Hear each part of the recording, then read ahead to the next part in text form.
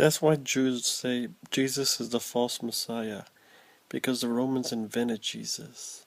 You know, Jesus, Christ has the same. Christ just means Messiah. And Julius Caesar has the same, initials, Jesus Christ. I looked this up. You could look it up yourself. Jesus Christ was invented, and the Bible was made because of fear. The Jews and Romans were fighting, and the Romans were, I guess, Christianity because they wanted their own religion, and the Jews were against Jesus because the Romans invented Jesus, because see, the Romans want to have their own religion, but they never got their own religion, and so it had to be Roman Catholicism. Who knows what religion the Romans would have had? So, and then we all know that Jesus, in the story, what we now know is not true. That the Romans crucified Jesus, and blah blah blah. Jesus rose from the grave, and so yeah, the Romans invented Jesus because the Romans were at war with two people. The Romans were at war with Christianity, and the Romans were at war with the Jews.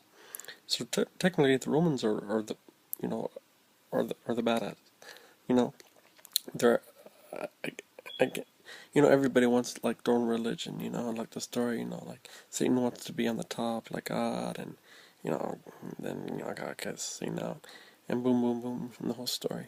So yeah, Jesus Christ was invented. So yeah, he never really existed, and that DNA is false.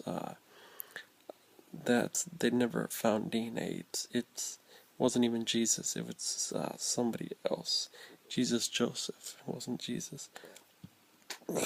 And it wasn't even related to Mary Magdalene. It wasn't even related.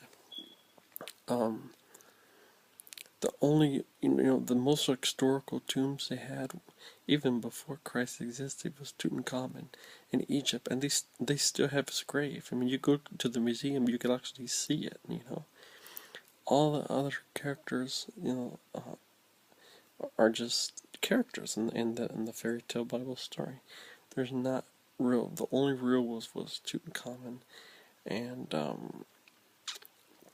of course the real warriors that that fought uh, BC, and but none of the fake mythological characters. Adam, Eve, Abraham, all that. The tombs don't exist for all that because they're all made up. They're stories.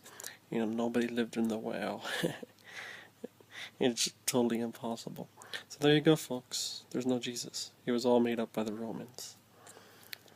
And also, there is no God. And now, the interesting thing, aliens, maybe, because there's alien hieroglyphics in Egypt.